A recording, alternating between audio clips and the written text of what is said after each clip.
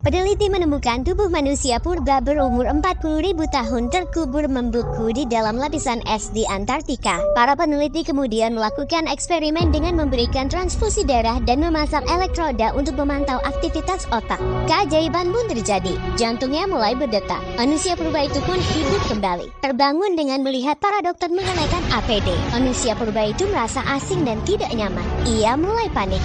Dokter segera memberikannya obat penenang. Menyadari hal itu, seorang peneliti membuka masker dan memandang ke arah si manusia purba. Wajah serta jenggot pria itu membuat si Iceman merasa familiar. Ia pun mulai tertidur lelap. Penemuan serta eksperimen menakjubkan ini membuat para peneliti senang. Di masa depan, mereka bisa menemukan cara untuk menyimpan sel-sel tubuh yang hidup pada suhu yang sangat rendah, atau bahkan membutuhkan manusia untuk bisa hidup di masa depan. Namun, tak semua peneliti setuju pada pendapat tersebut. Untuk apa menyimpan manusia untuk hidup di masa depan sedangkan bumi sudah mengalami overpopulasi? Ia kemudian ditempatkan di sebuah vivarium besar yang didesain mirip dengan kondisi lingkungan tempat tinggalnya dulu. Manusia purba itu benar-benar merasa ada di rumah. Ia mulai mengumpulkan sumber makanan yang ada di sekitar gua, kemudian menggesekkan batu untuk membuat perapian. Esok paginya, ia mencoba untuk menangkap ikan. Namun tidak sengaja, ia malah menarik selang air. Manusia purba itu nampak kebingungan sambil terus memegangi kepala keran itu. Ia meletakkan keran itu ke tanah, kemudian berjalan mengikuti arah selang itu. Selang itu pun berhenti di depan sebuah pintu. Ia membuka pintu tersebut. Ilmuwan itu kaget dan refleks menutup teralis besi yang membuat si manusia purba menjadi takut. Manusia purba itu memanjat ke arah atas bangunan sambil terus berteriak-teriak. Untuk menenangkannya, seorang ilmuwan menembakkan obat bius ke tubuh manusia purba itu.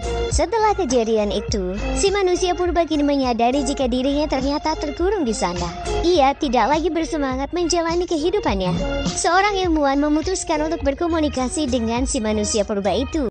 Ia mencoba untuk bersikap ramah, namun manusia purba itu langsung mendorongnya ke tanah sambil mengangkat batu besar. Beruntung, ia tidak jadi melukai pria itu. Manusia purba yang diberi nama Charlie itu kemudian memeriksa Stanley dengan seksama. Charlie dan Stanley kemudian berbicara menggunakan bahasa tubuh. Charlie akhirnya menerima persahabatan dari Stanley. Mereka menjadi akrab dan menghabiskan waktu bersama di dalam vivarium itu. Dari mencari makanan hingga bernyanyi. Kehadiran Stanley membuat Charlie tidak merasa kesepian lagi. Namun, para peneliti tetap menggunakan Charlie untuk melakukan serangkaian penelitian. Hal itu membuat Charlie putus asa. Di satu momen, Charlie meminta Stanley untuk menusuknya menggunakan tombak. Ia benar-benar sudah lelah. Stanley menolak melakukan hal tersebut dan pergi meninggalkan Charlie. Suatu hari, Charlie tidak sengaja melihat helikopter yang terbang rendah di atas vivariumnya.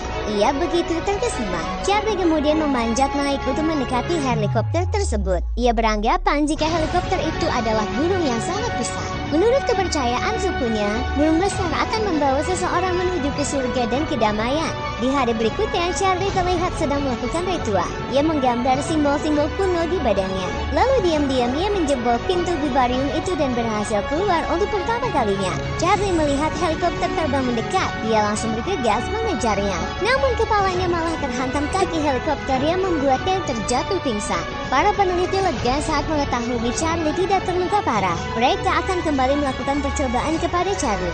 Sebagai manusia, Stanley merasa iba.